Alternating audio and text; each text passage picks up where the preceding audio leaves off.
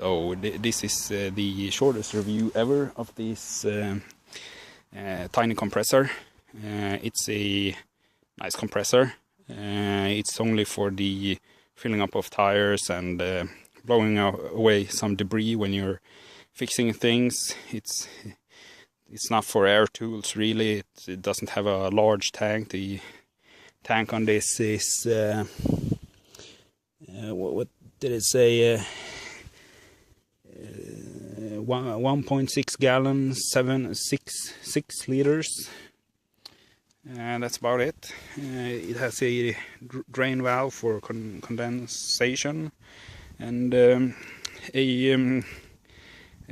pretty short cable, only, well, 1.5 meters, a couple of feet long.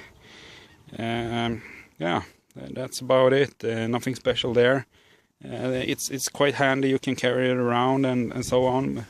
Pack it in and when you're yeah, if you're going away to fix something and don't know if you need a compressor or not, it's pretty nice.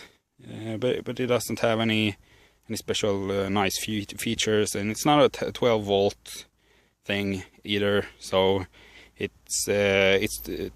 this one is 230, and well, depending on where you live, so it will come with the yeah, outlet connection and cable. So it's not for 12 volt, and that's pretty sad too.